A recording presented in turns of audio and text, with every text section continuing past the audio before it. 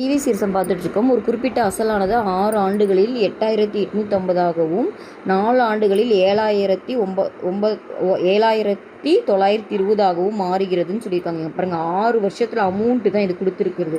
அது எவ்வளோ கிடைக்குதுன்னா 8850. இதே 4 வருஷத்தில் எவ்வளோ கிடைக்குதுன்னா 7920. அப்படின்னா உங்களை அசல் மட்டும் வட்டி விதம் கேட்குறாங்க.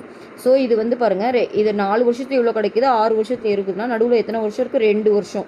இப்போ இதுக்கு ரெண்டுக்குள்ள டிஃப்ரென்ஸ் 2 வருஷம். அப்போ இதுக்கு ரெண்டுக்குள்ள டிஃப்ரென்ஸ் தான் வட்டியாக இருக்கும். அப்போ வட்டி எவ்வளோ வரும்? 8ல் 2 போச்சுன்னா 6, 18ல் 9 போச்சுன்னா 9.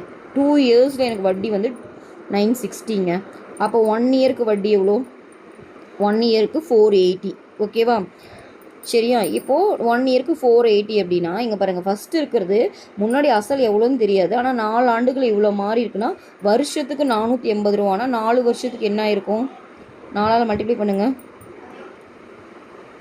0, 4 8s are 32, remaining 3, 4 4s are 16, 16 3 19, 1920 வருது. ஓகேவா? அப்போது எனக்கு இது வந்து வட்டி மட்டும். அப்போ அசல் வேணும்னா நம்மளுக்கு என்ன வரும்? நம்மளுக்கு தெரியும் A is equal to P plus I. A வந்து பார்த்திங்கன்னா 7920, P தெரியாது, I கண்டுபிடிச்சிட்டோம் 1920. அப்போ P எவ்வளோ? இதுலேருந்து இதை கழிச்சிங்கன்னா 6000 வரும். ஓகேவா? 6000ல் இருக்கிற ஒரே ஆன்சர் பார்த்திங்கன்னா D. அப்போ நம்ம எதை ஒன்று கண்டுபிடிச்சா போதும். ஓகேவா? அப்போ 6000. இதை வந்து I is equal to PNR/100 போட்டிங்கன்னா உங்களுக்கு 8% கண்டுபிடிச்சிடலாம். பட் இங்கே 6000ல் ஒரே ஆன்சர் இருக்கிறனால நம்ம டேரெக்டாக இதை D போட்டுடலாம்.